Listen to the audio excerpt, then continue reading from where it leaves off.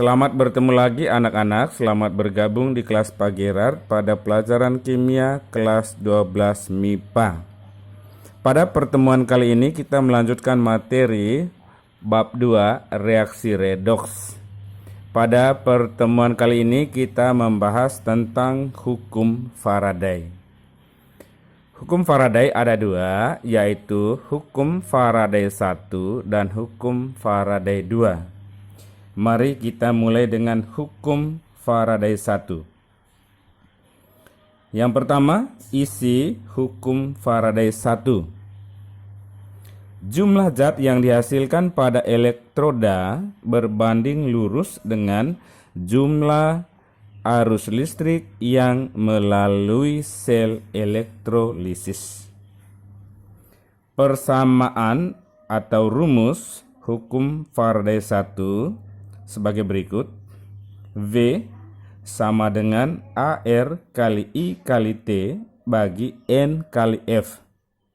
Dan Q sama dengan I kali T. Untuk menghitung mol elektron, rumusnya sama dengan Q bagi F. Atau bisa mol elektron sama dengan I kali T bagi F. Berlaku hubungan 1 mol elektron sama dengan 1 Faraday. Keterangan dari rumus tersebut adalah sebagai berikut. V, berat zat yang dihasilkan, satuannya adalah gram. AR, massa atom relatif zat. I, arus listrik, satuannya ampere. T, waktu, satuannya detik. N, muatan atau valensi zat. Dan F adalah tetapan Faraday. 1 Faraday sama dengan 96.500 Coulomb. Kemudian Q ini adalah muatan listrik, satuannya adalah Coulomb.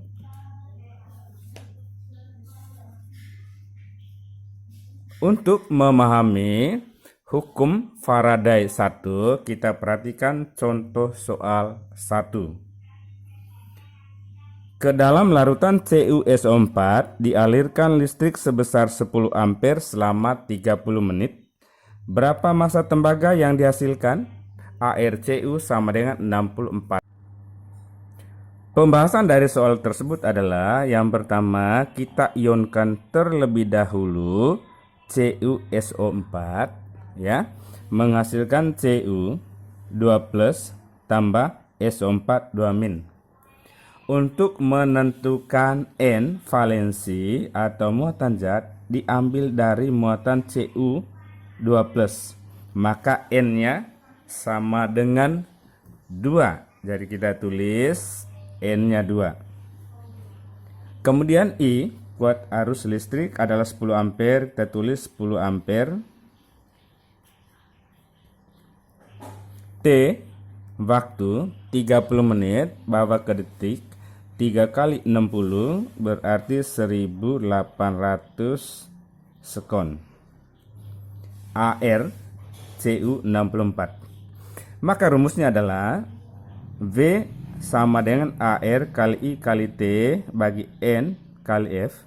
AR adalah 64 kali I 10 kali T 1800 dibagi 2 N kali F 96.500. Hasilnya adalah 5,97 gram. Itu pembahasan soal tentang hukum Faraday 1 nomor 1.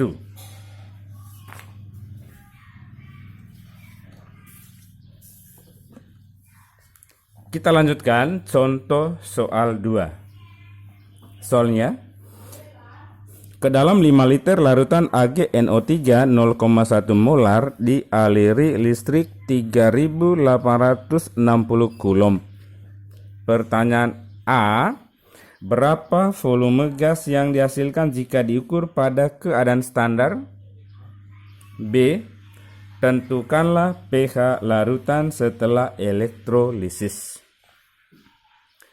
Pembahasannya sebagai berikut. Mari kita ionkan AgNO3 menghasilkan ion Ag+ tambah ion NO3-. Pada katoda kita perhatikan Ag+ adalah golongan transisi, berarti dapat direduksi. Ag+ tambah elektron menghasilkan Ag. Nah, koefisiennya 4 ya. Kemudian anoda, karena mengandung oksigen maka reaksinya adalah 2H2O menghasilkan 4H+ tambah O2 tambah 4 elektron.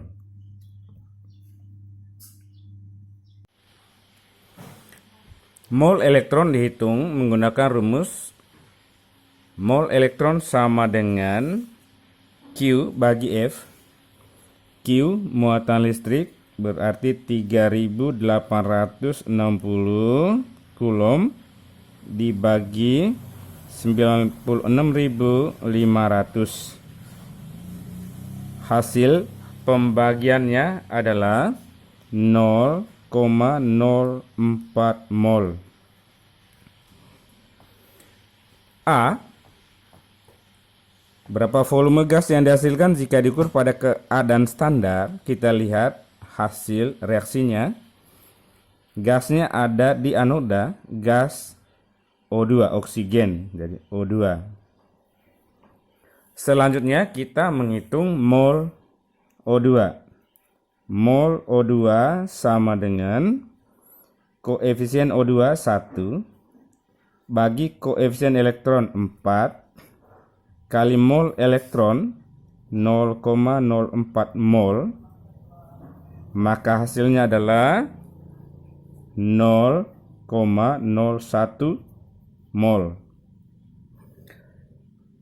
Selanjutnya volume gas O2 pada keadaan standar adalah mol kali 22,4 liter, jadi 0,01 kali 22,4 liter. Hasilnya adalah 0,224 liter. Itu jawaban pertanyaan A. Kemudian pertanyaan B. Tentukan pH larutan setelah elektrolisis. Kita menghitungnya dengan cara sebagai berikut. Kita cari yang berhubungan dengan pH di katoda dan anoda. Katoda 4Ag+ tambah 4E menghasilkan 4Ag. Anoda 2H2O menghasilkan 4H+ tambah 2 tambah 4 elektron. Dan ternyata yang berhubungan dengan pH adalah ion H+. Maka kita menentukan mol H+. Ya, mol H+, koefisien dari H+ adalah 4 bagi koefisien elektron 4 kali mol elektron adalah 0,04, maka hasilnya adalah 0,04 mol. Itu mol H+-nya. Berikutnya adalah konsentrasi ion H+, dihitung menggunakan rumus N bagi V. N adalah mol, V adalah liter. Mol yang didapatkan adalah 0,04 bagi liter itu 5 liter.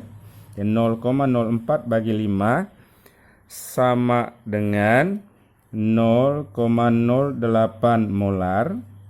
Buatkan bilangan baku sama dengan 8 kali 10 pangkat min 3 molar. Ya, ini ya 0,008 ya. 0,008, 8 kali 10 pangkat min 3 molar.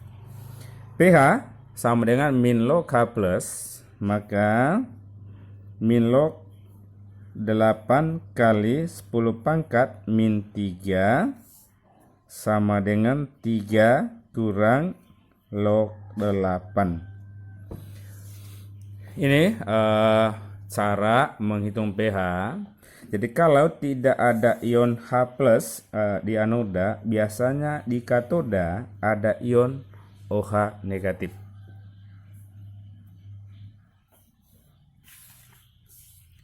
Kita lanjutkan dengan hukum Faraday 2.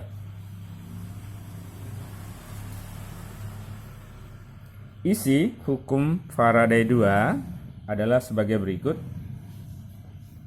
Jika arus listrik yang sama dilewatkan pada beberapa sel elektrolisis, maka berat zat yang dihasilkan masing-masing sel berbanding lurus dengan berat ekivalen zat-zat tersebut. Persamaan atau rumusnya V1 kali N1 bagi AR1 sama dengan V2 kali N2 bagi AR2. Keterangan dari rumus ini adalah sebagai berikut.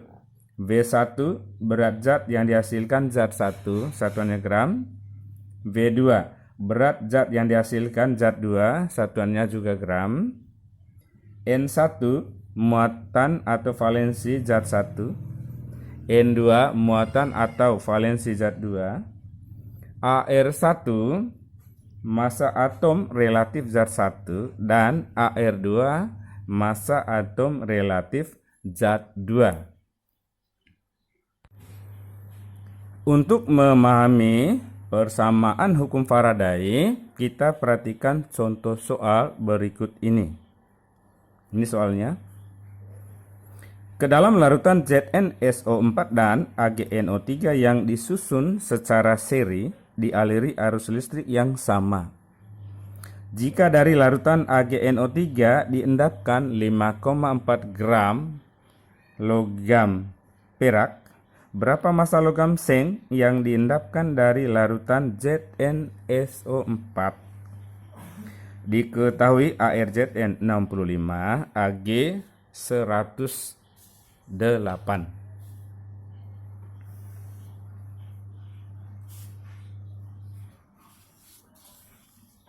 Pembahasannya kita perhatikan. Larutan ada 2, kita anggap ZnSO4 larutan 1, maka kita ionkan ZnSO4 menghasilkan Zn2+ tanpa SO4 min 2. V1 adalah massa Zn. Ini tadi ditanyakan, kita beri titik-titik ditanyakan.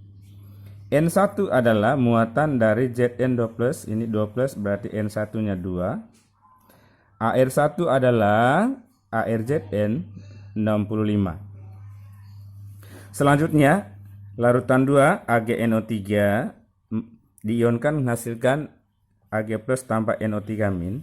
V2 itu adalah massa Ag. Tadi hasilnya adalah 5,4 gram, jadi 5,4 gram. N2 adalah valensi atau muatan dari Ag, itu +1 berarti N21. AR2 adalah AR dari Ag 108. Rumusnya adalah V1 kali N1 bagi AR1 sama dengan V2 kali N2 bagi AR2. Kita masukkan ya V1-nya. V1-nya ditanyakan berarti V1 kali N1 kali 2 bagi AR1 65 sama dengan V2 5,4 kali N2 1 bagi 108. Berikutnya V1 sama dengan ya 5,4 kali 1 kali 65 bagi 2 kali 108.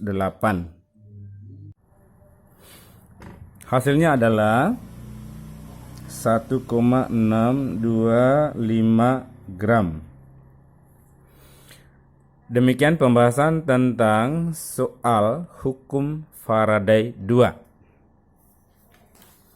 Selanjutnya, untuk meningkatkan pemahaman anak-anak tentang hukum Faraday, Pak Gerard berikan latihan sebanyak 2 soal. Ini soalnya. Silakan menjawab soal ini dan kumpulkan jawaban melalui Google Classroom yang tersedia. Apabila anak-anak kurang paham tentang penjelasan melalui video ini, silakan bertanya melalui grup ketua kelas di Google Classroom atau melalui email Pak Gerard. Sampai di sini dulu pertemuan kita pada pembahasan hukum Faraday. Atas perhatian anak-anak, Pak Gerard ucapkan terima kasih. Dan jangan lupa selalu belajar dan berdoa. Apabila keluar rumah, jangan lupa menggunakan masker.